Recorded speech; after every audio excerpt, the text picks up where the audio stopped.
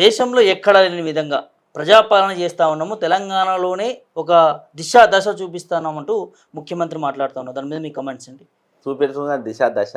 హ్మ్. ఈరోజు ట్రాఫిక్ వాళ్ళు దిశ దశ చూపెట్టేది ట్రాఫిక్ వాళ్ళు. హ్మ్. ఈరోజు ట్రాఫిక్ వాళ్ళు ఆ సెంటర్ నిలబడకుండా వచ్చే బండ్లు పోయే బండ్లు ఫోటోలు తీస్తుండ్రు. హ్మ్. ఈరోజు పబ్లిక్ కూడా తెలివిగల్లో హెల్మెట్లు పెట్టుకొని పోతుండ్రు. హ్మ్. అమ్మ మీరు హెల్మెట్ పోతే మనం ఆ ఫోటోకి ఎట్టాలని సందులలో పడి ఇంటికాడ ఆ బండ్లు పెట్టుకుంటే తీస్తుండ్రు. హ్మ్. దిక్కు దశ అనే దానికి నేను ఒక ఎగ్జాంపుల్ చెప్తున్నా. హ్మ్. దిక్కు దశ చూపించే పరిస్థితి వదిలేసి ఇళ్ళ కాడికి వచ్చి ఫోటో తీసే పరిస్థితి ఈరోజు ట్రాఫిక్ పోలీసులకు ఉన్నది. హ్మ్.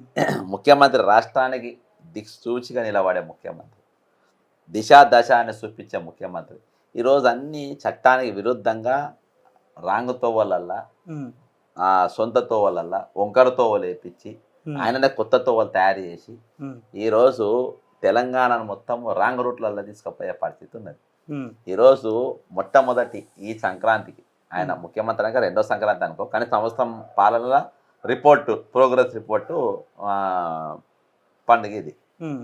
ఈ పండుగకి మనం బస్సులల్లో, రైల్వే స్టేషన్లలో, ఎయిర్పోర్ట్లల్లో అంతా కూడా వైజాగ్ పోయే ఫ్లైట్ 18,000 ఉండేనంట. హ్మ్. న్యూస్లో చూసినా నేను. హ్మ్. బస్సులు మొత్తం ఆంధ్ర పోయే బస్సులు మొత్తం ఫుల్ ఉండే. కానీ తెలంగాణ పోయే బస్సులు మాత్రం తెలంగాణ టోల్గేట్ల ఖాతా పెద్ద జాములు జరగాలి. ఎందుకంటే ఈసారి ఊళ్ళల్లో పండుగకు మా చుట్టపోళ్ళు ఎవరు రావద్దన్నారు. హ్మ్. అర్థమైందా? హ్మ్. పెట్టే పరిస్థితి లేదు, మేము వండుక తినడం మాకు ఎక్కువ అయిపోయింది. హ్మ్. అర్థమైందా? కిలో సకినాలు చేసుకుంటారు, అరకిలోకి వచ్చినాయి పిండి వంటలు చేసుకుంటారు. హ్మ్. ఈరోజు మొత్తము వైన్స్ కూడా దాదాపు దివాళీ తీసినట్టే, ఏం నడవాలి. అంటే ఈసారి ఆర్థికపరమైన అవరోధాలు ప్రజలకు ఏర్పడ్డది. ఆర్థికపరమైన వెసులుబాటు లేకుండా ఈరోజు ఏర్పడ్డది.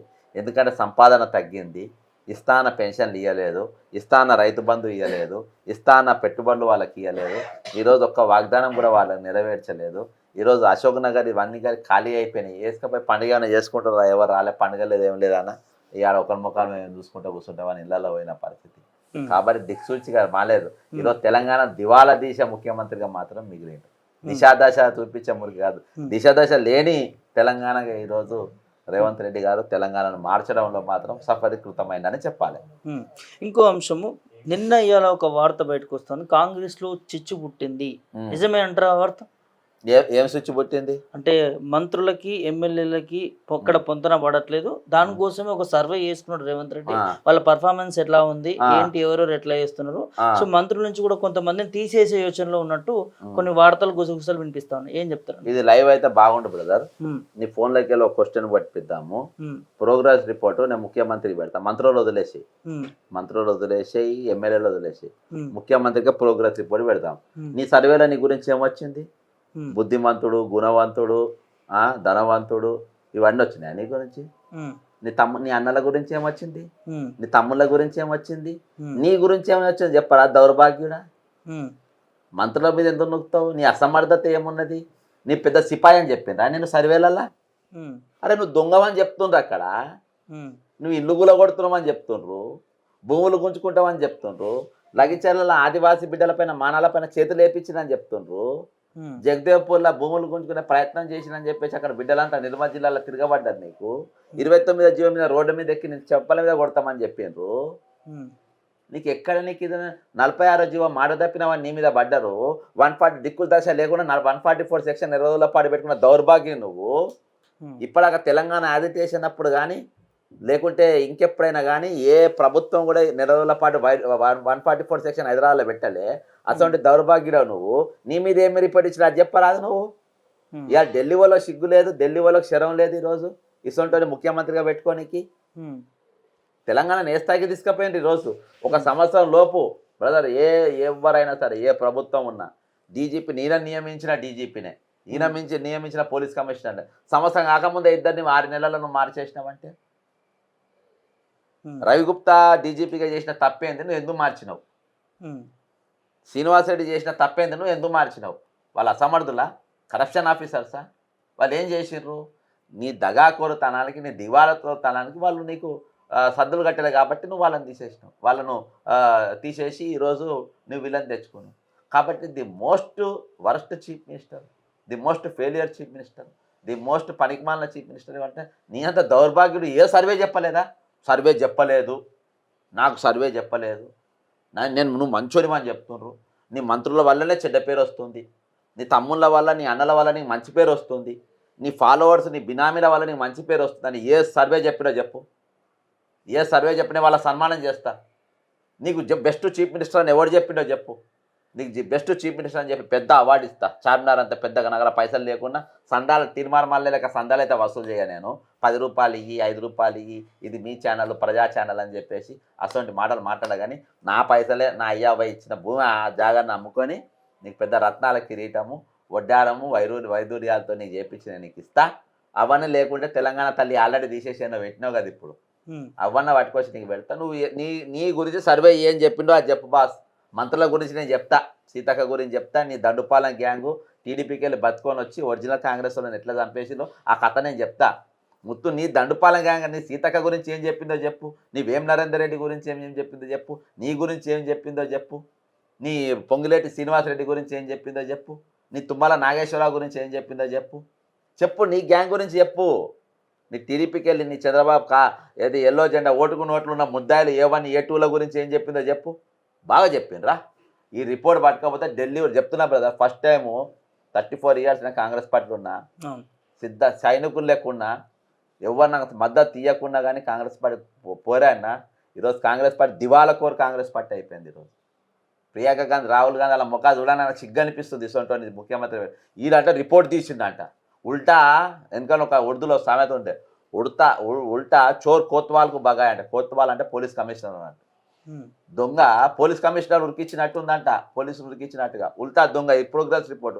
దొంగ ఎవడన్నా ప్రోగ్రెస్ రిపోర్ట్ ఇస్తాడబ్బా, లంగలు ఎవరైనా ప్రోగ్రెస్ రిపోర్ట్ ఇస్తారబ్బా, ఇల్లు గుంటున్నట్టు ఎవరైనా పోలీస్ రిపోర్ట్ ఇస్తారబ్బా, భూములు గుంజుకునే పోలీస్ రిపోర్ట్ ఇస్తారబ్బా, పురాణ నౌకర్లు గుంజుకునే పోలీస్ రిపోర్ట్ ఇస్తాం, మన ప్రోగ్రెస్ రిపోర్ట్ ఇస్తారబ్బా. కాబట్టి తెలంగాణ అన్ని ఛానళ్ళు ఈయన ప్రోగ్రెస్ రిపోర్ట్ మీద మీ సర్వే రిపోర్ట్ అడుగుంటాబ్బా. అంటే ఒకవైపు సంవత్సరం నుంచి ఇప్పుడు చేసిన పాలన బెస్ట్గా ఉంది, ఇప్పుడు ప్రజాపాలన అంటూ ప్రజాభవన్లో కడీలు తీసేసినాం, ప్రజలకు విముక్తి బొంగుల పాలన బొంగుల పాలన అని అంటారు. నువ్వు ఇంతసేపు క్వశ్చన్ ఓపిక కూడా నాకు లేదు, చెప్తే ఇక నీకు కంచె తీసిండ్రు కదా, కంచె తీసినప్పుడు ఎవరెవరు అక్కడ పోయి పటాకులు కాల్చిండ్రు, బాంబులు కాల్చిండ్రు. ఎందుకు కాల్చిండ్రా మీరు బాంబులు పటాకులు? ఎందుకు కాల్చింది చెప్పురా, ఎందుకు కాల్చింది చెప్పు. ప్రజలకు విముక్తి కలిగింది. ఇక ముఖ్యమంత్రి ఏ రాత్రి పోతే ఆ రాత్రి బెల్లు 100 101 కొట్టినట్టు ఎప్పుడంటే అప్పుడు బెల్లు కొట్టవచ్చు. ముఖ్యమంత్రి మధ్యరాత్రి రావచ్చు. మాకు ఎప్పుడన్నా రోడ్ల పైన యాక్సిడెంట్ అయినాక 100 కంటే ఆయనకే చెప్తే ఆయన వస్తాడు, మన దవాఖానకి వేసుకపోతాడు అని పటాకులు కాల్చిండ్రా. ముఖ్యమంత్రి పోయి ఎప్పుడు పోతే మేము బాధలు చెప్పుకుంటామని బాధలు.